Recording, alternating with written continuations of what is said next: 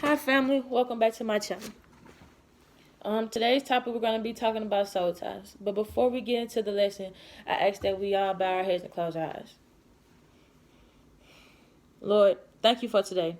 Thank you for the many blessings that we take for granted each and every day. The activity of our limbs, the clothes on our backs, just being able to open our mouths and speak. Lord, I just want to thank you for keeping us as we were able to leave the house today and come back safe and sound. Every road that was crooked, I ask that you had straightened it, and Lord, you did, Lord. I just want to say thank you for each and everything that you do continuously for me.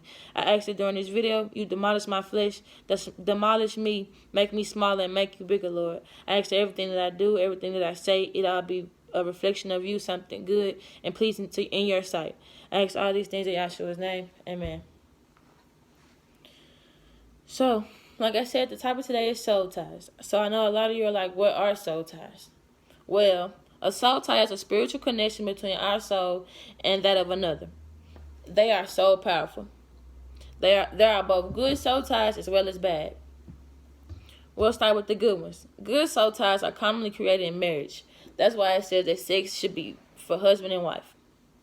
Genesis 2:24 says that is why a man leaves his father and mother and is united to his wife, and they become one flesh.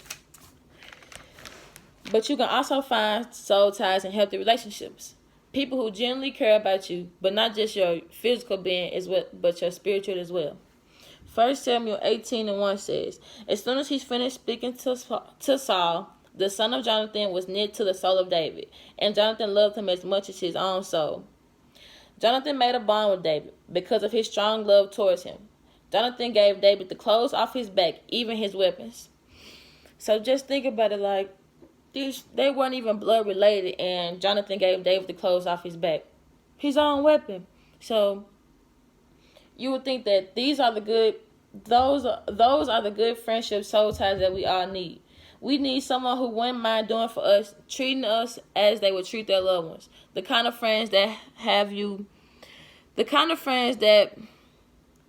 want to see you prosper, even if they have to sacrifice a little to help you to get there. Friends that don't mind, helping you get back and forth to work without asking for gas money. Say you out bad, need something to eat. Friends who don't ask you to pay it back. Friends who genuinely care about you, but not just in the physical sense, but friends that pray for you, help build your spirit up, help you to become all God has called you to be. Like, those friends have a genuine joy for you.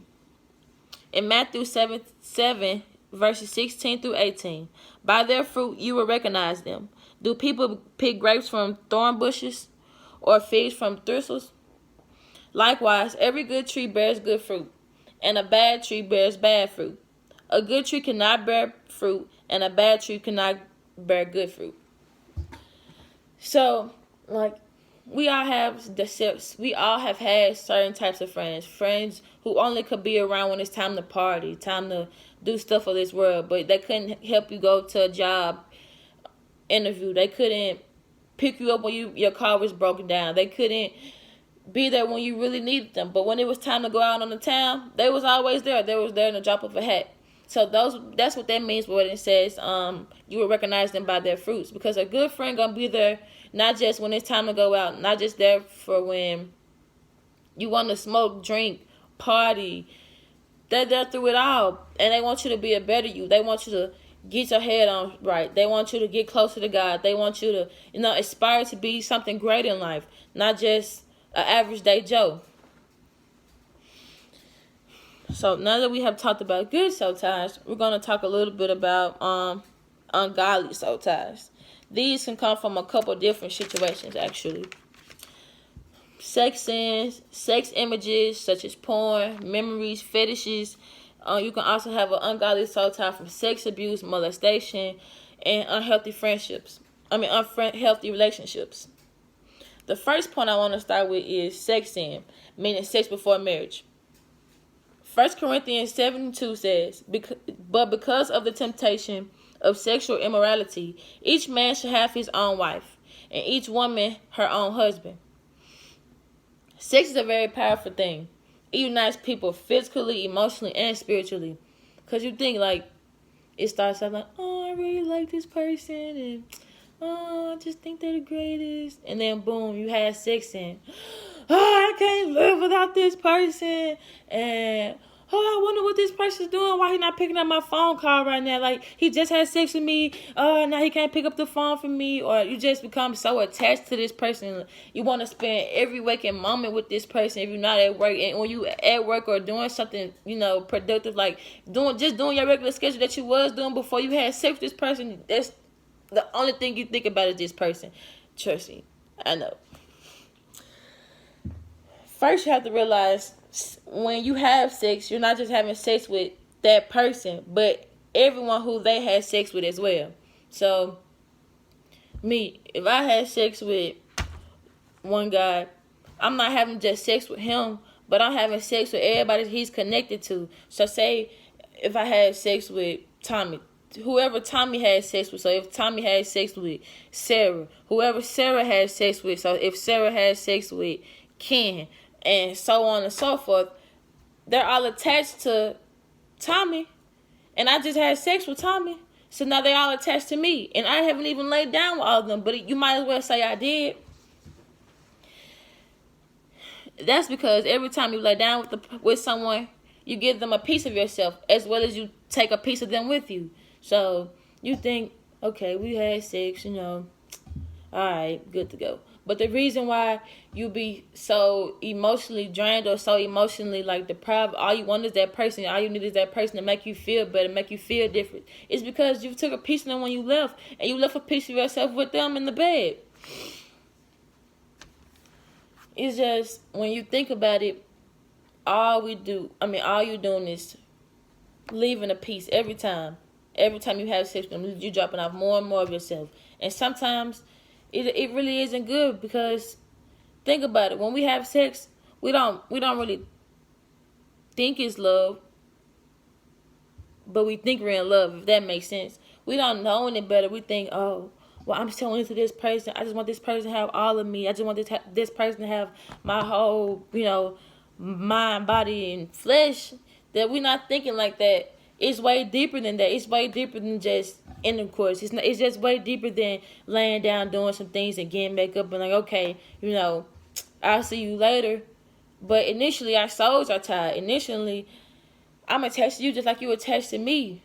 And then some people's attachments might be stronger than others. Some people can get up and just be okay. And some other people can. Some people fall into this lust-filled moment or headspace. Like me, when I do it or something like that, and I'm really into a guy and we have sex, I'm like, oh, this is the best guy ever, and I'm just so in love, and I want us to work out, and I want to be this, and I hope we be that, and we're gonna be together forever. Well, really, that's not even the person God intended me to be with. That wasn't the person God intended me to lay down and give my body to. So, in realizing that, I ended up making this status a while ago. So I wanted to read it to you all. It said, every guy I thought I loved, laid down with, was nothing but toxic. They didn't want me for me, but the benefits of me.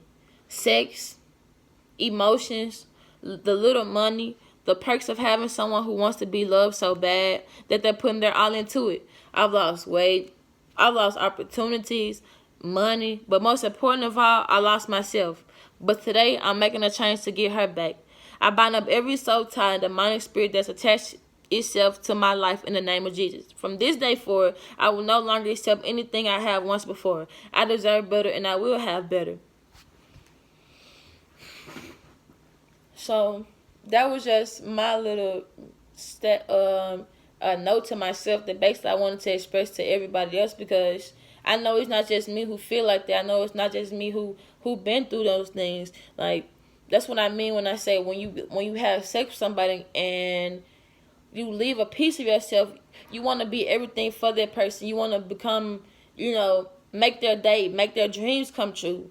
But in reality, sometimes you're not even getting half of that even back. Like, you're putting so much into it, and it wasn't even love at first, because it was just lust. And that's where we go get our hearts broken. And that's where we go into getting sad and depressed all the time. Or me smoking myself into a binge and losing weight, not wanting to eat. Long as I was smoking, I was cool. But that wasn't what God had intended for me. That wasn't the person God wanted me to be. That's not what He had. That's not the calling He had upon my life. But I just wanted to be loved so bad. I wanted to be in a relationship so bad that, and I thought that was the way to do it. Okay, I meet a guy, we cool for a minute. I'm hanging out. Feelings start growing then. I'm like, okay, you're my boyfriend now, so I want to give you everything. And give him everything. I actually did. I gave my body and my soul, and it shouldn't have been that way. It shouldn't have went that far at all, because that wasn't the person God wanted me to be with initially, because half the things wouldn't have happened. I would have been happy, not a fake facade of happy, not a happy around my people, but when I'm at home, I'm sad and in my feelings, and I wouldn't have wanted to smoke every day just to be okay. I wouldn't have lost as much weight. The opportunities, I would have wanted to get out of bed. I would have wanted to do something with my life. It's just a lot. And if I can go back and change some things, I would. But those things have ultimately made me become a better person, helped me get closer to God, helped me realize that even though these things have happened, it was all for me to be able to tell somebody else so they won't have to go through the same things. So that's all I have for today. If you want to know more about soul ties and know more about my personal experience with these, I just ask you tune in later this week for my second video. Subscribe to the channel, like the video, and we'll be back here again. See you later, family.